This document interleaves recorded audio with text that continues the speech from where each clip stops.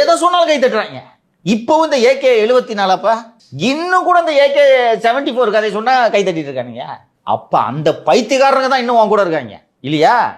உன் பின்னாடி இன்னும் இருக்கிறவங்க, உன் கூட்டத்துக்கு வந்து கை தட்டுறவங்க தான் உள்ளபடியே பைத்தியக்காரங்க.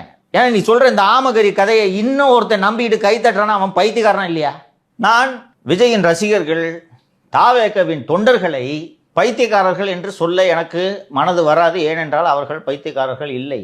இது போல ஆமைக்கறி கதையை கேட்டுவிட்டு அவர்கள் விசிலுக்கு வாக்கு செலுத்தவில்லை. ஏன்னா அவங்க அண்ணன் கதையும் சொல்லல, கதை சொல்ல தெரியாது. ஆனா ஆமகரி கதையை கேட்டுட்டு வாக்கு போடுறான்னா அவன் தானே உண்மையிலே பைத்தியக்காரனா இருக்க முடியும். நீ உங்களுக்கு வாக்களிக்காதவர்களை பைத்தியக்காரர்கள் என்று சொல்கிறீர்கள் என்றால் எங்கிருந்து உங்களுக்கு இந்த ஆணவம் வருகிறது? யோக்கியமா இருந்துட்டு பேசினாலும் பரவாயில்லையா? நல்ல கண்ணு கோவப்பட்டாருன்னா நான் புரிஞ்சுக்குவேன். அதை சண்முகம் கோவப்பட்டாருன்னா நான் புரிஞ்சுக்குவேன்.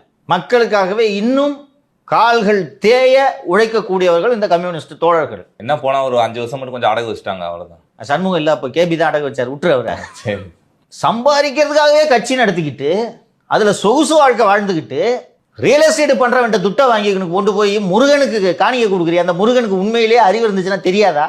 திருட்டு போற எங்க இருந்து வந்து இந்த காணிக்கை வேலை கொடுக்கறதுக்கு கூட வாங்க துட்டுல கொடுக்க மாட்டேங்கிறேன்னு சாமி நினைக்குமா நினைக்காதா? இப்படிப்பட்ட நபராக நீங்கள் வாழ்ந்து கொண்டு ஒரு கேவலமான வாழ்வை வாழ்ந்து கொண்டு வாக்களிக்கும் மக்களை பைத்தியக்காரன் என்று சொல்வதற்கு எங்கிருந்து உங்களுக்கு இந்த துணிச்சலும் ஆணவமும் வருகிறது?